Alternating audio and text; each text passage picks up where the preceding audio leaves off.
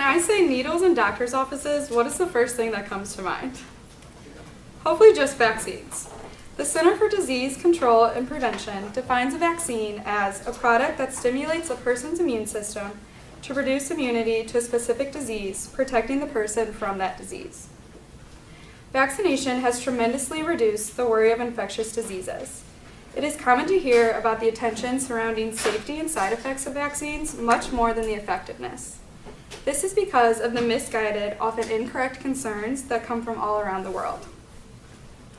Today, research indicates that vaccines have an outstanding safety record, and most scares turn out to be just false alarms.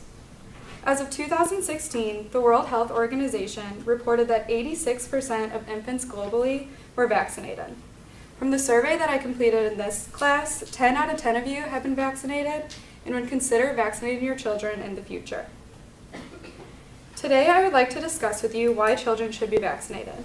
I will go over some common concerns with vaccines and the truth about them, and also the benefits. First, let's explore common misconceptions about vaccines.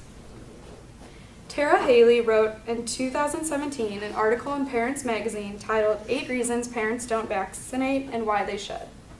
In this article, experts speak about common myths associated with vaccines and why those myths are not true. When parents decide not to have their children vaccinated, risk of outbreaks increase. The most common reason parents decide to opt out is safety concerns.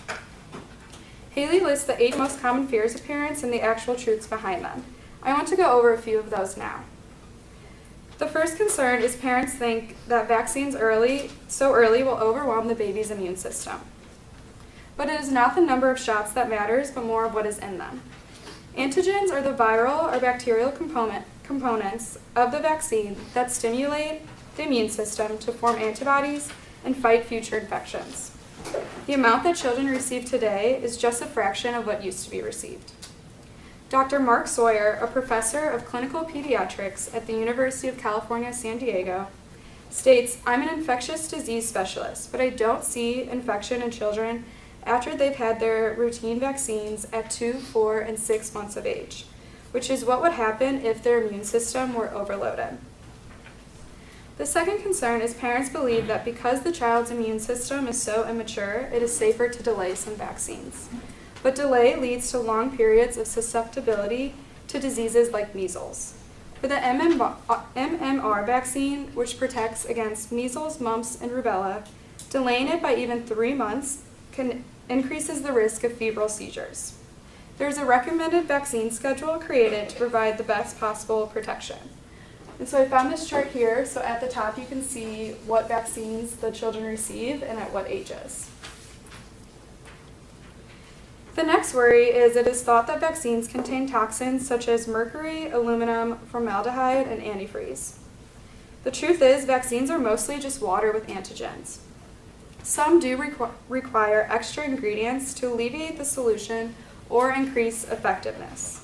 But vaccines go through an extensive safety testing that ensures the quality, effectiveness, and safety before being brought to the market, which I will discuss a little later. Another concern is parents think that vaccines do not even work. The research indicates that vaccines are 85 to 95% effective.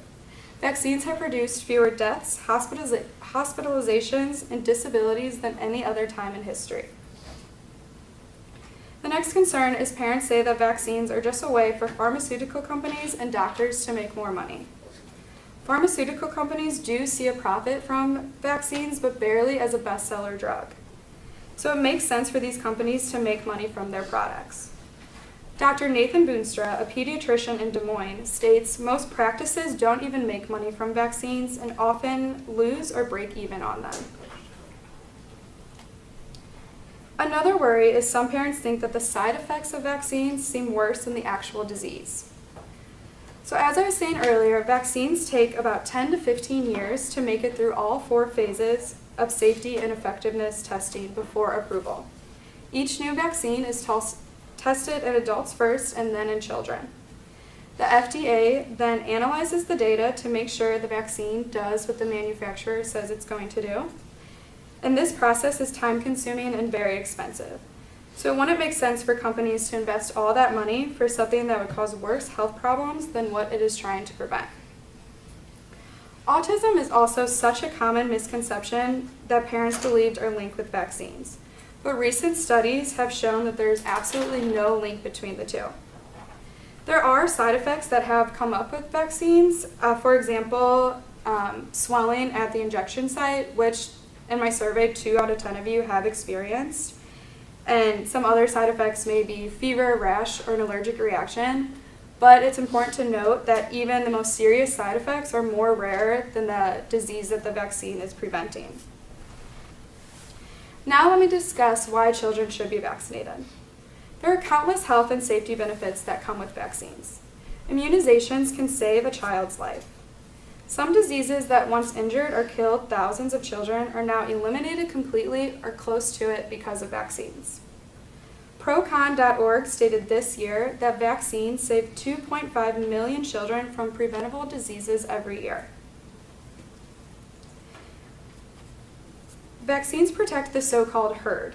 According to Procon.org, herd immunity or community immunity is defined as a critical portion of a population is vaccinated against a contagious disease, then it is unlikely that an outbreak will occur, making most members of the community protected. So children and adults who cannot be vaccinated for maybe medical or personal or religious reasons rely on herd immunity to prevent getting a vaccine-preventable disease. Vaccines have eliminated smallpox and have nearly eliminated other diseases such as polio. In the 20th century, the United States experienced about 16,316 deaths from polio and 29,004 deaths from smallpox each year, according to Procon.org. Today, children are no longer getting vaccinated for smallpox because it does not exist due to vaccines. This trend of disease elimination or close to elimination is happening because of vaccines. And I found this chart. So on the left side, you can see pre-vaccinated era estimated annual morbidity in the U.S. And then you can see the most recent reported cases. And then you can see the percent decrease that the vaccines are doing.